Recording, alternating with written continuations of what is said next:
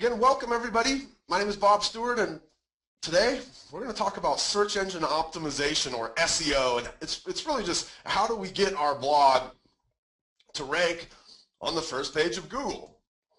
And before we start with a classic, I don't consider myself an SEO expert. Okay, an SEO expert would be, I guess, somebody you pay money to that would, take your thousands of dollars and then get your site ranking on the first page of the search engine. The stuff I'm going to share with you guys today is simply based on things we've learned in 10 years of getting websites to rank in Google. Okay, the pyramid that I'm showing you here, this is a guy that I do consider an SEO expert, Rand Fishkin with SEO Moz.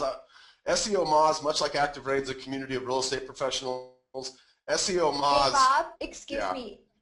Will you share your screen with us, please? Thanks. That's way better. Okay. So this pyramid you see is from a guy named Rand Fishkin, SEO Moz. SEO Moz, much like Active Rain, is a community of real estate professionals. SEO Moz is a community of search engine experts, right? These are guys that get paid to help your website rank in the search engine. So at a real high level, these are kind of the building blocks of search engine optimization. And at the base, what you're going to find is content quality and accessibility. And today, we're primarily going to focus on that component of the triangle. And the next, you've got keyword research and targeting. So are you writing about things that people are actually searching for? In next week's class, we'll talk about how to figure that out. Okay, this third component, link building, and then socials becoming more important. But if you don't have quality content and it's not accessible, and really what we're going to talk about today, I guess, is the accessibility component. So what are the things you want to do on the page and actually as you write the blog post, just fundamentally, time after time after time, if your goal is to get it to rank in the search engines so that it will actually rank. So that purple area today is really where we're going to be focusing as it relates to search engine optimization. Now there's a concept in the search engine world called the long tail, and the long tail is the best. If I was in front of you guys, and there's a couple hundred of you on the call today, and we used to do these live. We had a thing called Rain Camp, and we went around the country. But if I was in front of you, I would say, how many of you guys have heard of the long tail? And about 3/4 of the room would raise their hand. And I would say, okay, how many of you can explain the long tail to me? And then about 1/3 of those people would leave their hand raised. So let me try to explain to you what the long tail is as it relates to search. And I think the best way to understand the long tail is, for me anyway, is based on how Amazon sells books, and then I'll relate it to search. But basically, there are, in any given market, and we'll talk about book sales, okay? In book sales, there are about 30 to 40 books every year that make up 30% of the sales. Think about that. I mean, there's, millions of books out there, right? But 30 or 40 books every year make up 30% of the sales, and those are going to be the best sellers. So in years past, those are, the Harry Potter books or the John Grisham books or Dan Brown books, right? These guys write a new bestseller and it sells, a couple million copies, and cumulatively those top about 30 books make up a bunch of the sales, okay, 30%. Then all the rest of those books, it's literally 99.9% of the rest of the books that are out there, cumulatively make up 70% of the sales, but any one of those books sells very little. In fact, it might sell 30 times a year, or 50 times a year, or 80 times a year. And so when Amazon set out to sell books, they said, look, we're not going to compete necessarily in the beginning on trying to sell the Dan Brown book or the Harry Potter book, because at that point, people would actually, if you wanted that book, you walked into your local Barnes & Noble or your local Border bookstore and you bought that book. But Amazon realized that there was all these other books that were selling out there, and what was happening is they were selling in like used bookstores all over the country, right? So Amazon said, well, we're going to stock those books. Now, Border couldn't stock all those literally all those millions of other books. They just didn't have the physical space for it. So Amazon started stocking and selling those books. And what you find is that all of those books that just sell 15 or 30 or 45 times a year, right, those books cumulatively make up 70% of the sales, which is a huge amount. And today you can't walk into a Border bookstore anymore because they're out of business. Okay, now something similar happens in search. okay? And in any vertical of search, there's this same phenomena, which basically says, let's relate it to real estate. In real estate, in any one of our markets, there's about 10 to 15 phrases that make up 30% of the search traffic, and they have pretty high volume. So let's take Seattle, for instance. It'd be phrases like homes for sale in Seattle, Seattle houses for sale, Seattle condos for sale, Seattle real estate. Those kinds of phrases, right, get searched for a lot. But those phrases only make up 30% of the traffic. There is literally thousands and thousands and thousands of other ways that people search for real estate information and in your market, where cumulatively we're 70% of the traffic is out there to be had, but none of those searches are done very often. So think about, instead of Seattle condos for sale, somebody might search loft condos in Belltown, Seattle. That's a long tail phrase, the phrase loft condos in Belltown, Seattle. It doesn't get searched for as often, right? It might only get searched for 5 times a month or 8 times a month. But what happens is there's lots and lots of phrases like that in your local marketplace. And cumulatively, even though one phrase doesn't get searched for very often, cumulatively, there's a lot of traffic to be had out there. Okay, so keep that in mind. Just keep this concept in mind, because it will really relate, especially, well, I'm going to show you some examples in a little while of really good types of things you can write about. Okay, and then we'll really dive into this concept in greater detail in next week's keyword class. But you have to understand this idea that, look, with our blog, we are not going after those big head phrases like Seattle condos for sale. Okay, our blog is super capable of handling those long tail search phrases where any one of them doesn't get searched for very often, but the cumulative effect of writing about a lot of different things in our marketplace can have a substantial impact on our business, because 70% of the traffic really is out there to be had. Okay, so let's transition. We're going to talk about a few kind of fundamental things that need to be in your blog. So 200 to 500 words, and I'm actually going to go through each of these individually, but your posts need to be 200 to 500 words. And in fact, more recently, Google is starting to lean towards the more content you have, the higher likelihood it is that they will rank you.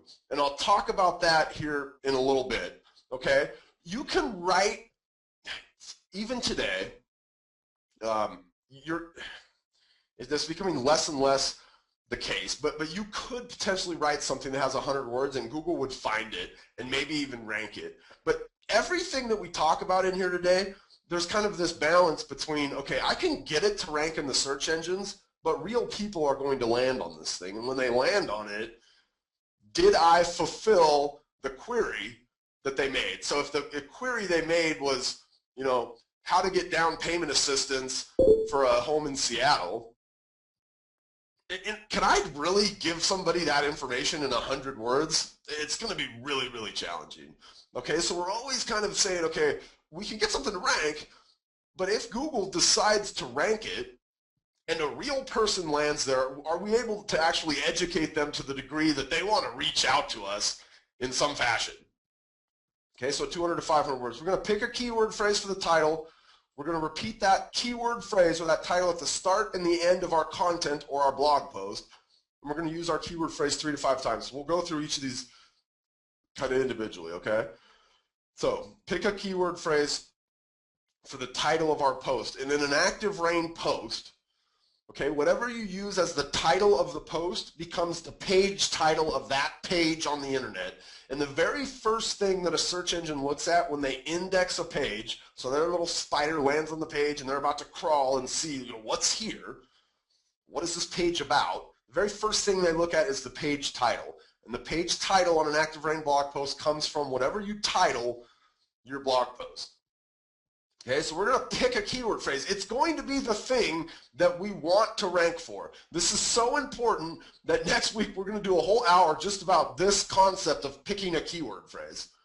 Okay, but in our blog post, each post really has the ability to rank for one thing. Now I'll show you, it ends up ranking for a bunch of variations of that thing or that phrase, but we really want to be focused on what is this kind of one thing this post is about. In any one post, or I have page on here because these same concepts could apply to pages that you build on your website, but any one post is going to be targeting one keyword phrase. Okay?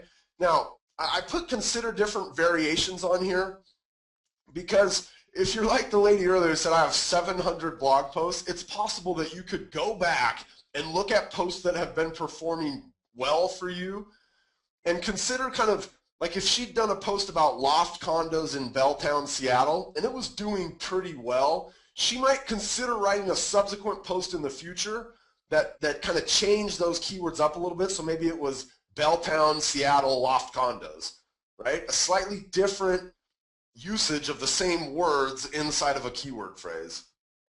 Now, geography and subject, I realize kind of the folly of having, geography always in caps with the word almost in there.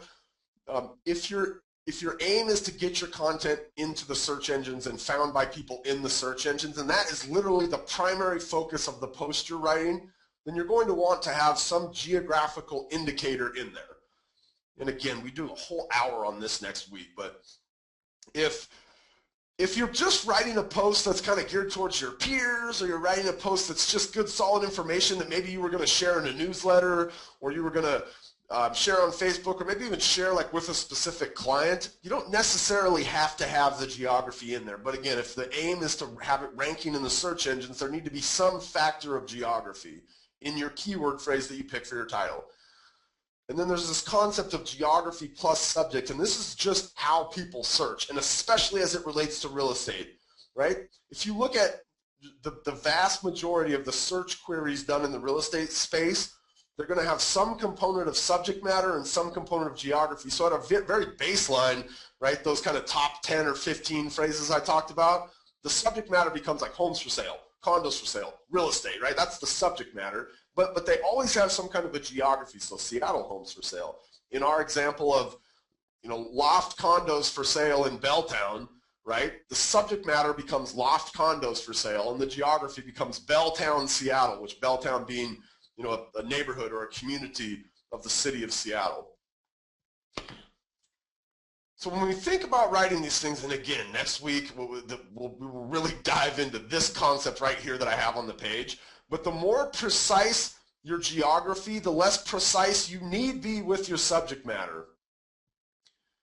So that means if I'm writing about a hyperlocal community, my subject matter can be very broad, like homes for sale. Homes for sale in, Deer Creek, Seattle, right?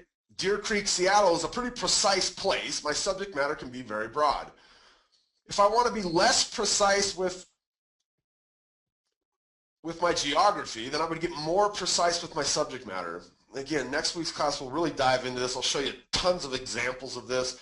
But when you're more precise with your subject and less precise with geography, that would look something like homes for sale with a basement in Seattle, right? I got real specific with my subject matter, homes for sale with a basement. In fact, I was just down in Dallas and I had a guy tell me, Tom Branch, he came to our rain camp 3 years ago or whatever it was, and he said the #1 post that he has on his blog is a post about homes for sale with a basement in Dallas.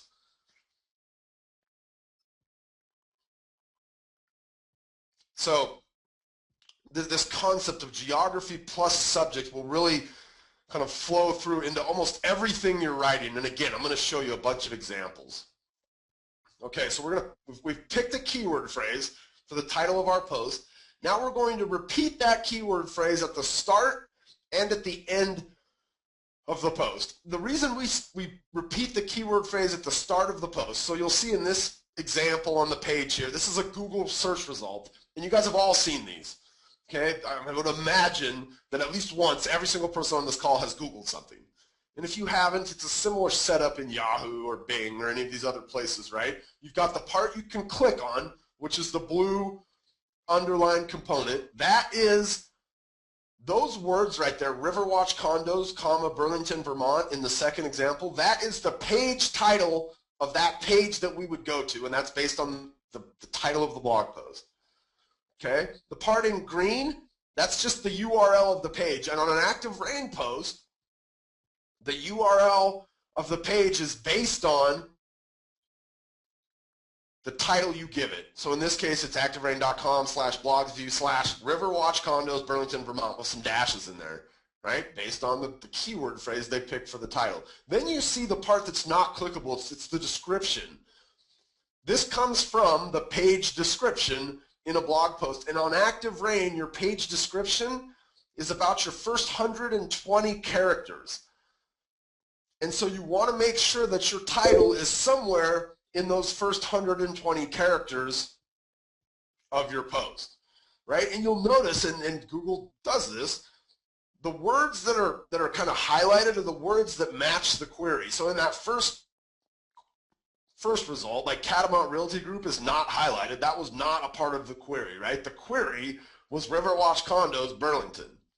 And you can see all the words in there, and even in the page description, you can see how the word Riverwatch Condos, Burlington is highlighted, right? They're looking at page title, they're looking at page description to try to find content that matches the query. Now, I have you put it at the end of the post because it's a really easy place to get the exact keyword phrase in there as you work towards trying to get it in there 3 to 5 times. Now, I also do it at the end like that because I had a teacher once that told me, I think it was 7th grade English, you're learning how to write 5-paragraph essays, and they tell you, well, in the first paragraph, tell them what you're going to tell them about. And then you spend 3 paragraphs telling them about it. And then in the 5th paragraph, you tell them what you just told them about.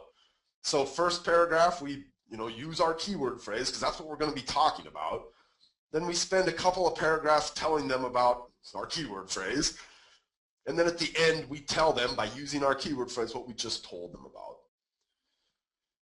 Okay, so like I said, we've got the first usage of it there, right in that first 120 characters, right in that first sentence, a lot of times right as that first set of words, right? Then we have our phrase at the end. So we've used it 2 times. Now we just got to get it in there 1 to 3 more times as we work towards using our keyword phrase 3 to 5 times in the body of the post. Now we used to teach this thing called keyword density, where if your post was 1,000 words, it would have your keyword phrase more often than if it was 500 words. It doesn't seem to be the case anymore. And I say doesn't seem to be because when Google makes changes, they don't send me an email and say, hey, Bob, guess what? We made a change today. Right? This is just based on things that we see and we watch, and they got people in communities like SEO Moz, they test these things and they run all these crazy tests. And so today we talk about just using our keyword phrase 3 to 5 times in the body of the post. And these should probably be in the reverse order, but the most important thing is, are you using the keyword phrase exactly as you used it in the title of your post? And if you think about that for a second, because let's use loft condos for sale in Belltown, Seattle, it gets a little bit challenging to use your exact keyword phrase 3 to 5 times in the body of the post if it's exactly as it was in the page title, because sometimes it becomes hard to actually have that phrase kind of flow in the rest of the content. Okay, but we can do it, and I'll show you some ways that you can do it. The first way is to have it in that first sentence and in that last sentence, because now we only have to get it in there 1 other time, or 3 other times if we're trying to get up to 5. And I would encourage you to try to get as close to 5 as possible. It needs to end up being the most common phrase on the page. And if you use it 5 times, it's probably going to be the most common phrase on the page. But I see times where somebody says, well, hey, can you look at this post? It's not ranking like I think it should rank. Why? And you'll end up seeing that they use some other phrase like the homeowners association or something else in there more often than the kind of that keyword phrase. And then this concept of does the body have similar content? And here's what I mean by that. Well, if you were writing about loft condos in Belltown, Seattle, and this is one of the reasons that blog posts rank so well in the search engines, is if you were writing a post about loft condos in Belltown, Seattle, what other kinds of things would you expect to see in that blog post? Well, you'd probably expect to see things like, parking spaces, homeowners association dues, you know, open kitchen floors, or open kitchen plans, square footage, number of bedrooms, all these kinds of words and phrases that relate to the keyword phrase. And Google is so smart today that they can look at an overall piece of content, and based on what we tell them it's about, which is the keyword phrase we use for the title, they can look at all the rest of the words and the phrases in there, and they can figure out, does this all make sense? Like, does it make sense that this person's talking about square footage if the post is about loft condos in Belltown, Seattle? Well, yes, obviously it makes sense. And if you're writing something about loft condos in Belltown, it's going to make a heck of a lot of sense, the other words and phrases that you use in it. So it's almost impossible not to have that other similar content in there. This is something I've never really talked about this specifically before in this particular class. But when you write something on the internet, when you write a blog post, I really want you to think about, is the piece of content you just produced, like literally, is it the best piece of content out there for what I've just written about? And when we get in and I give you some of the examples, you'll start to see that you could probably be the person producing the best piece of content for the types of things I'm going to suggest that you write about. But you literally have to, because Google is getting so good at understanding the value of a piece of content, and they do, and there's a lot of ways they do this. I mean, they're literally looking at layout, you know, white space, formatting perspective, but they're also looking at things like, when real people land here, how long do they stay, right? And that's indicative of how high quality the content is, right? They're also able to look at, you know, we talked earlier about 200 to 500 words, but I said the longer the better, because Google understands that a lot of these things that our clients are querying can't adequately be explained in 200 words, right? I mean, if I was writing about a condo building, like a particular building, it would be really hard for me in 200 words to give somebody that was querying that building all of the pertinent information that they'd want to know, so that they walked away saying, man, I know everything there is to know about the Plaza del Sol condos on Capitol Hill. So I really want you to think as you write your content, there's not a formula to this, right? I mean, it just becomes looking at what else is out there on the topic and kind of comparing what I've written with what else is out there. You know, it becomes a matter of looking at it and saying, man, if a real person lands here, like, would my piece of content educate them to the degree that they might actually want to pick the phone up and call me, or they might click through to some other, you know, some link I've given them to find the actual homes for sale in this area? Like, really think about how valuable that piece of content is. All right, so I want to go live for a second, and I want to show you guys some examples of content that I think that you should be thinking about writing. And I'm going to do it from the perspective of like condos and subdivisions. And some of the posts that we see on Active Rain that get the most traffic, and it's literally month after month after month, are these posts about condo complexes and subdivisions. So, or a townhome complex, or, you know, a set of row houses, or these very specific places in your marketplace. We call these kind of loosely hyperlocal posts, right? They're posts about very specific things in your marketplace. And so this is a look at the back end of Active Rain's Google Analytics, and this is for the last 30 days. Okay, so May 6th through yesterday. And this is based on the word condo. So these are all different kinds of searches that people have done, right, with the word condo in the search. And we see these kinds of, the Village Condominiums, Fort Myers, Sunwood Condos, Shelton, Connecticut, Versailles Condo, Newport Beach, Brookside Condo, South Windsor, Connecticut. We see all of these searches that are being done about very specific places, like the Meteor condos for sale, the Meteor Towers condos for sale. These are what are called long tail searches, okay? They're not done in massive volumes. But if you think about cumulatively, like this is in South Windsor, Connecticut, the Brookside condos, I would be willing to bet there's a bunch of other condos in that area. So while this one condo was only searched for 6 times, the cumulative of all of those condos out there in that marketplace and the way people search for them, it starts to become a lot of traffic. And one of the things I didn't talk about as that long tail slide was up there is the more specific somebody gets in their search query, the closer they are to actually taking action. So the person just searching condos in South Windsor is going to be less likely to be buying a condo than the person that searches Brookside condos in South Windsor, especially if it starts to have things in it like we saw here where they're saying, you know, Meteor Towers condos for sale. I don't know what city Meteor Towers in, but let's say it was in New Orleans, right? The search New Orleans condos for sale is giving us a less likely transactor than the search Meteor Towers condos for sale. Does that kind of make sense? Okay, and I want to show you how this really starts to come to life when you look at a specific condo complex. And so this is the Aspetuck Village condos in Shelton, Connecticut. All right, and I guess you would call this like the long tail on the long tail. Because what you have here is a phrase like Aspetuck Village, Shelton, Connecticut, or Aspetuck Condominiums, Shelton, right?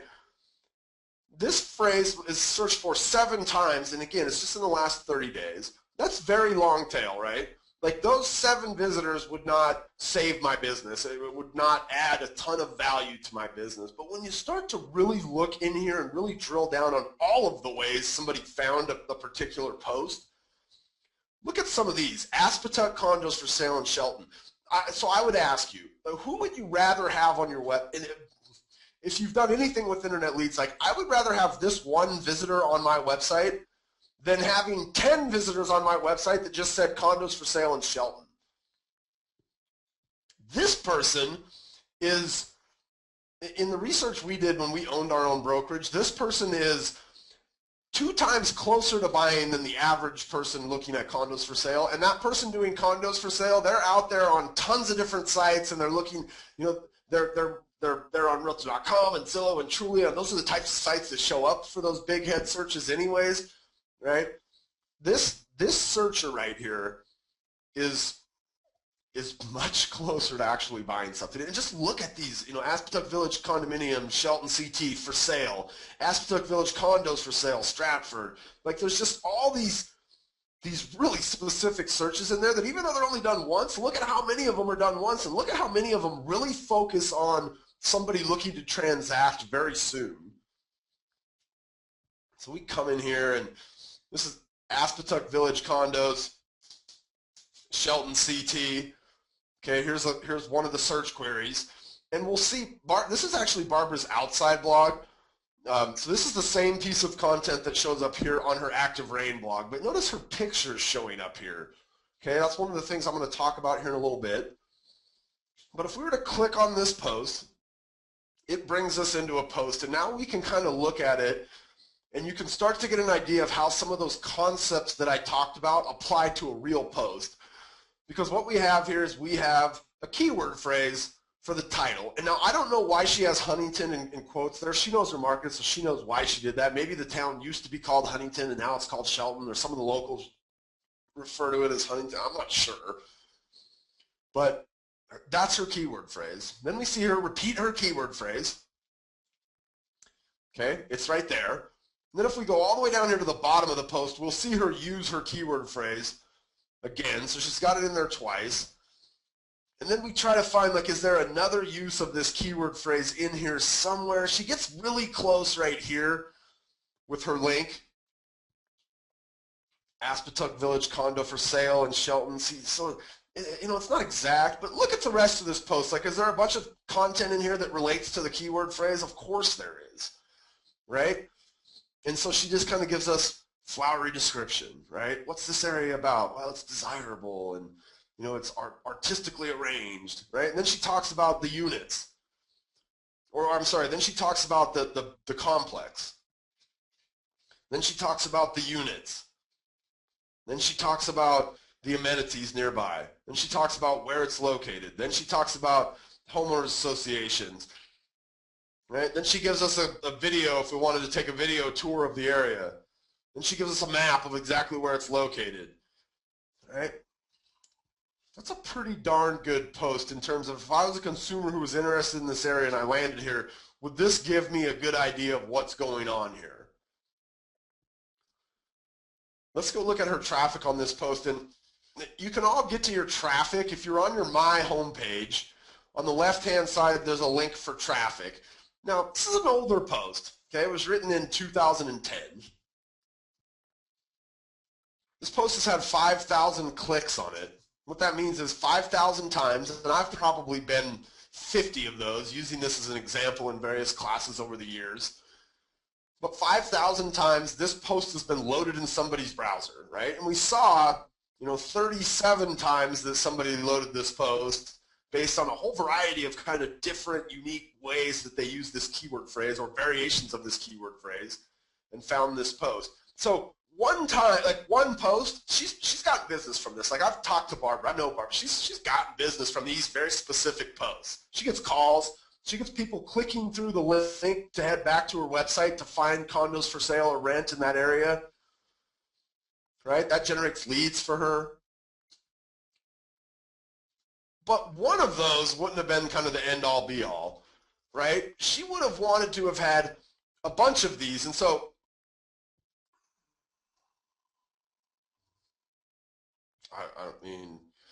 so here's another one, Sunwood Condominiums or Sunwood Condos, Shelton CT, right? She comes up right here.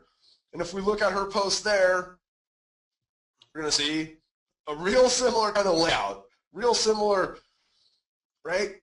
So she's taken a formula that works for her, and she's done the same thing for multiple posts, for multiple complexes in her area. She's done this with subdivisions. Right? And she's really just covered her market to a degree that, she didn't just do it once, right? It's this cumulative effect where this post has 5,000 views in the last almost 3 years. This post has 2,500. This post has 1,800. But altogether, those posts are giving her a lot of traffic every month. And they're very specific to real estate. Here's one that I kind of came across, and this is, I guess, an example of a way you probably shouldn't do it. And I want you to notice something about this post right here. This post is as good today as it was the day she wrote it. I call this evergreen. This post is evergreen in the way that when she wrote it back in July of 2010, and these 37 people found it this month, the content's still good, right? Here's an example of a post that's gotten a bunch of traffic over the years. Bogue Shores condo for sale, right? Bogue Shores condo for sale, and you'll notice that it's down here, okay? And the reason it's down there is because when we look at the post, it doesn't do the things we talk about, which is pick a keyword phrase, utilize the keyword phrase 3 to 5 times, and we're going to have some more things I'm going to talk about here in a minute that it doesn't do. I want you to look at this post has gotten for this person 3,500 clicks. Now, think about the difference in what the outcome could have been for this blogger if instead of doing this just kind of listing, if they'd done a post like Barbara did that talked about the Bogue Shores condos, really focused on the keywords, had gotten that thing ranking in the 2nd or 3rd or 1st position instead of in the 7th position, and it had been an evergreen piece of content that was today as it was when they wrote it. And instead of just talking about one particular listing that once it sells has really no value for the person landing there, if they had done something where they give them this evergreen piece of content with a link out to the current homes for sale, right? This person's missed 3,500 opportunities to educate consumers who were looking for not her specific condo that was for sale, but was just looking for, condos for sale in Bogue Shores.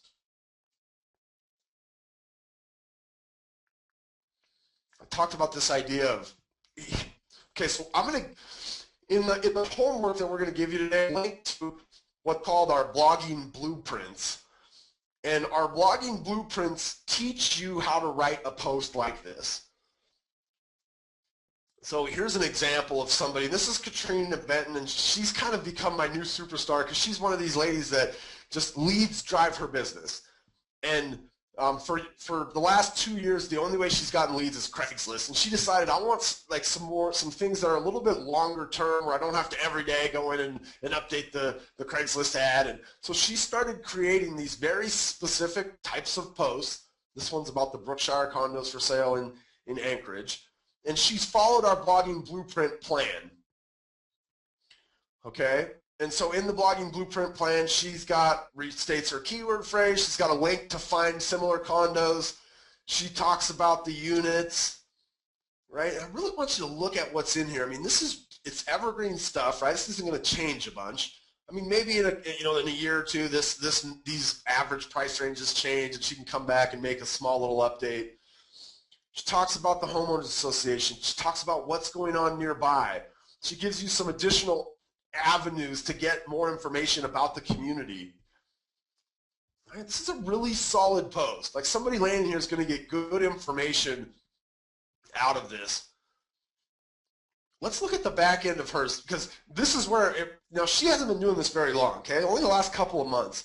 But she's got posts in here that have 300 views, 250 or clicks, I mean. So clicks, this is how many times this post has been loaded in somebody's browser.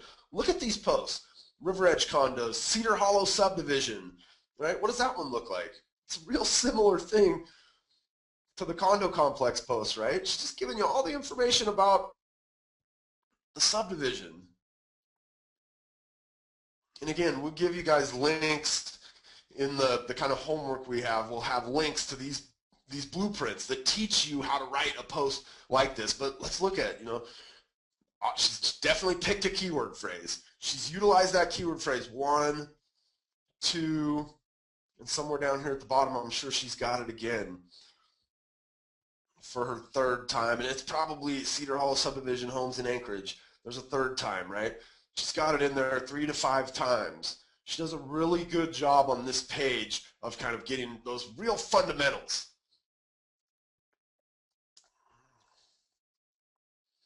Okay, let's talk about some other kind of commonly missed opportunities or additional things that we can do to really enhance the SEO on that page. The first thing would be photo metadata. And like, huh? What does that mean? Well, every time you add an image on ActiveRain, you have the ability to give the image an image description and a title. And the image description becomes what the search engines see that photo as being of, right? Now, they're getting better at just being able to look at a picture and know what it's about, but we want to tell them specifically what it's about. So like in this case, this post was about the Crossing Townhomes community of Mesquite, Nevada. So the title of this photo, which was about, was a photo of the Crossing Townhomes, probably like the entryway or something to the townhome development, right? The image description needs to kind of relate to our keyword phrase. That doesn't get looked at as content on the page other than it describes the photo, right? And we get a couple of 100,000 visitors a month that land on blog posts after doing like a Google image search. So you want to make sure your image description tells the search engine what the photo is about. The title becomes a part of the keywords on the phrase, and when somebody hovers their cursor over a photo, the title is what will pop up at them, and that's another opportunity to get the keyword phrase on the page.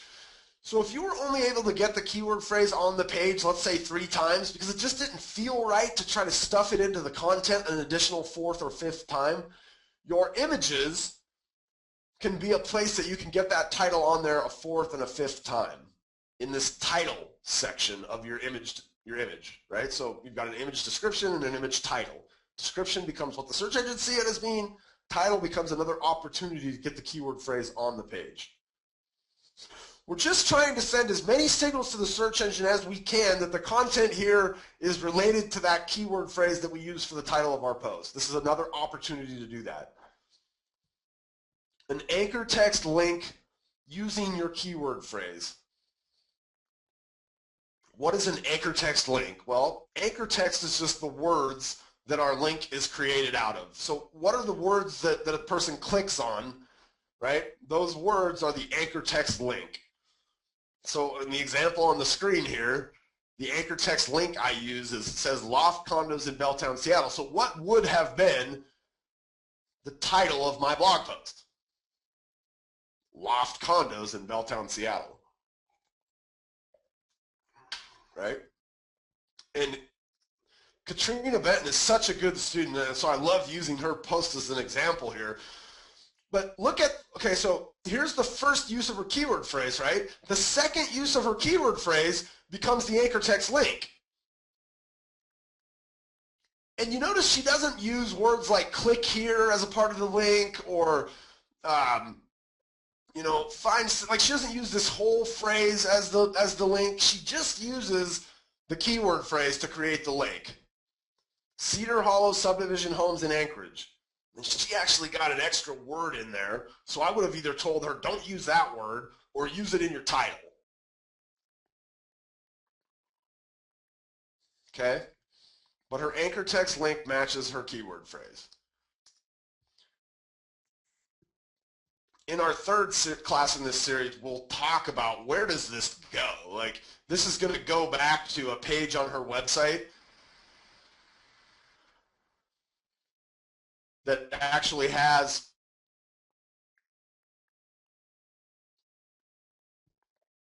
and I don't know if that's my internet slow or her website slow. It's going to go back to a page on her site that actually has, you know, homes for sale in this area. Like right now, there's literally one home for sale in this subdivision, and that's it.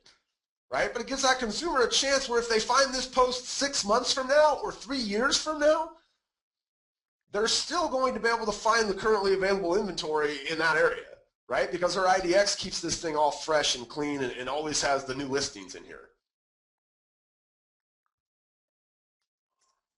So that anchor text link using our keyword phrase is you have to have this link in there, right? And it needs to be pointing back to your website, to a place where you can show them listings as it relates to your, you know, what you were talking about in your post. We'll really dive into that in week 3. This is another example. I used a live example. This is from a demo post that we do, and this is actually one of the posts that you'll have access to from your homework for those blogging blueprints. Okay, add an H1 and an H2 header tag. And when we come back and we look at her post here, she has an H1 header tag on this piece of content, but it's something you can only do from the HTML. And I believe Carrie has a link that she can send you that teaches you how to do this, how to add H1 and H2 header tags. But if the idea of HTML, like where I've got those little, you know, less than sign, H1 greater than sign, if that stuff, because if you've never written a blog post, you're probably looking at this going, oh my goodness, he is getting to the point where my eyes are starting to roll. I don't know what the heck he's talking about. Forget this, okay? Do all those other things we've talked about, which I know you're capable of doing. This is something you can learn after you've gotten the basics down. But this is another potential to add value to the post in the eyes of the search engines. Header tags are just reinforcement of what the page is about, right? So some of the reinforcers are, you know, titles on our images, keyword phrase for the title, it's the page title of the blog post, the page description, which comes out of that first 120 characters, right? These are all kind of things that just, again, we're lining everything up for the search engine, so when they look at our page, they say, okay, I know very clearly what this is about. There's good content on here, and I want to return this as a result to Google's customer, which is the searcher. Additional media-rich content, and this used to say and layout, and I'm not sure why I took and layout off of there. Anyway, additional media-rich content, so think about things like YouTube videos. Like if you have video, or if you're doing even like slideshows, I mean video would be better, but if you have YouTube video that relates to the area that you're writing about or the thing that you're writing about, get it on the page. Google owns YouTube. Right? So one of the reasons you get it on the page is because it kind of lines up another thing, right? And we noticed in Barbara's example here. Let's go back and do that Aspetuck Village condos in Shelton CT. When we did that search, right, her stuff's coming up here, but if you notice a little bit lower, her YouTube, this is her, Barbara Altieri. Her YouTube video also shows on page 1. So now she has 1, 2, 3 of the spots on the first page, okay? And within this content is also her YouTube video, right? So it's another signal to the search engine. There's great stuff on this page. And she, of course, tagged her YouTube video with a bunch of stuff related to Aspetuck Village, right? I mean, look at the title of her YouTube video. And then the data, Google knows about that, and it knows that it's sitting on this page, right? That's helping her. Another thing this does is when a consumer lands here, how long is this video? You guys aren't going to be able to see. So it's about a minute 30. Google, if the consumer spends the minute 30 to watch this video, they stayed on this page for that much longer, which sends a signal back to Google saying, you gave me a result that I really liked. In fact, I spent a bunch of time here and I watched this video. Okay, Google Maps. That's another one. You have the ability inside of Google to create custom maps.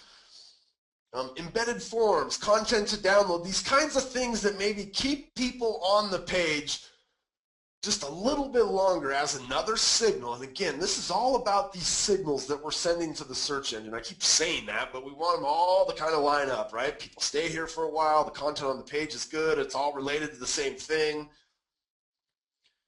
One of the things, I don't remember changing this, so that's really strange. Layout is something I don't have on here, but one of the reasons we give you these blueprints,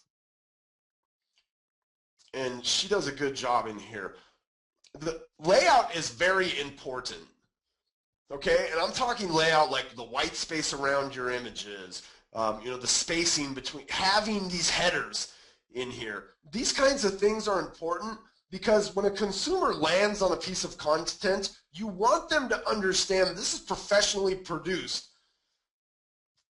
And there's little things that over the years, people that get paid to make sure that CNN lays out right so that when someone lands on CNN, they want to dive in and read the story. Things like white space, headers, clear paragraph breaks, these kinds of things, like font that's not crazy, like you don't have red, yellow, and purple font.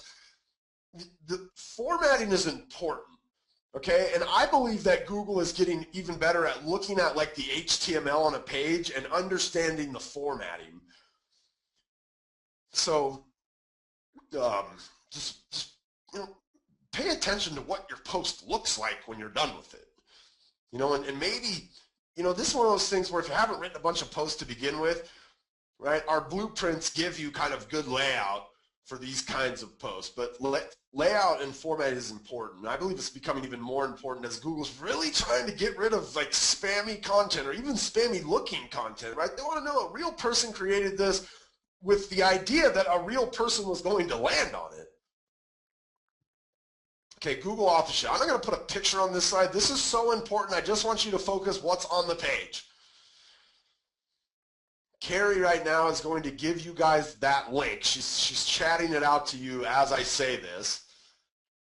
ActiveRain.com/Google-authorship. This will teach you how to set Google authorship up for your ActiveRain blog. And what this will do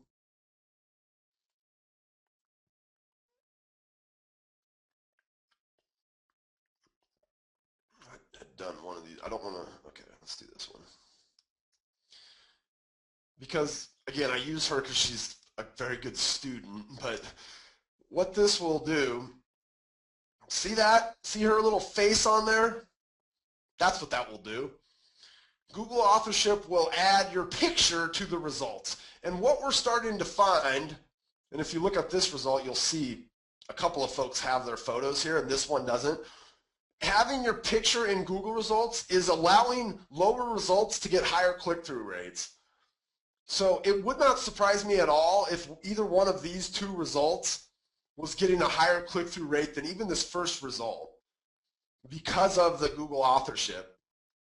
What this also does is it starts to allow Google to understand that, like, look at all these posts here. Am I still logged in as Katerina? I think I am. Or Katrina.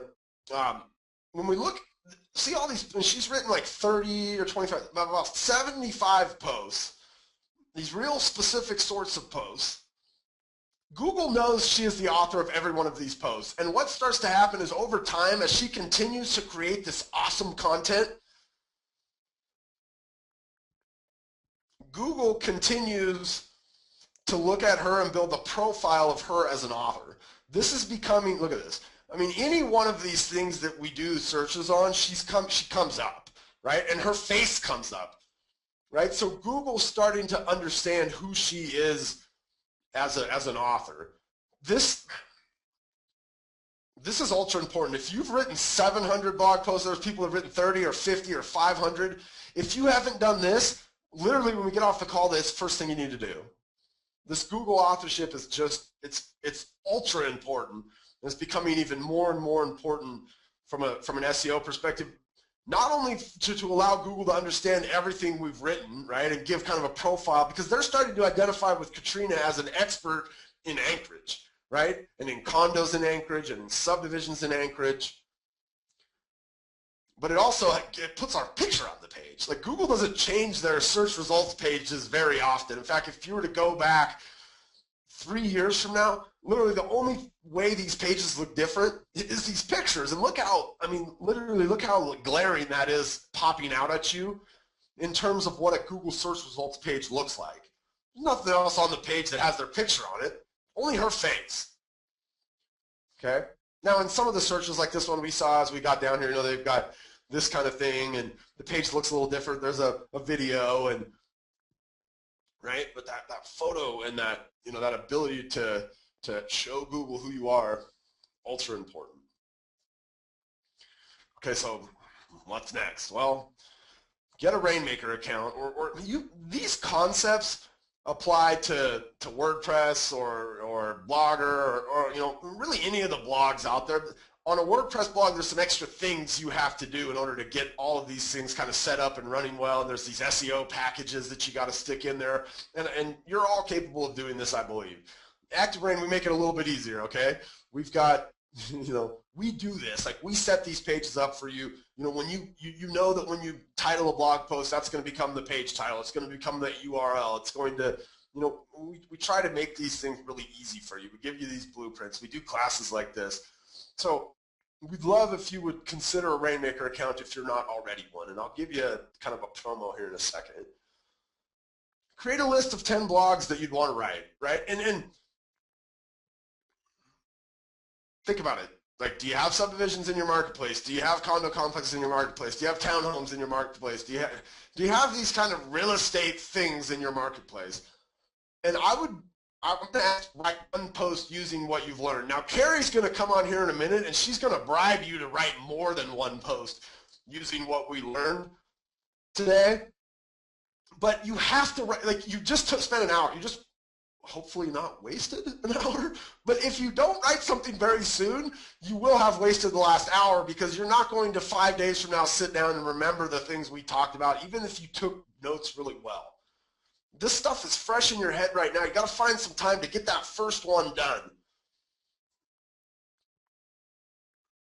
I'm going to ask you to sign up for next week's class, and then use this checklist. And in the homework we're going to get and we're going to email out to you, we include this checklist. Okay, but this is just the stuff that I talked about today. Right? Pick a keyword phrase. Use it in the first 160 characters. Use it 3 to 5 times. Right? Make sure it's the most common phrase on the page. Give your images proper, you know, have an anchor text link. Maybe add a map or a video if you have one. Share your posts on social media. That's not something we talked about today, but it never hurts. All right, so if you're not a Rainmaker, at this point, so if you're not a Rainmaker, we have a promo, arpromo.com/June2013. That'll get you a Rainmaker account for $29 a month forever. If you were to sign up on the website, it's $49.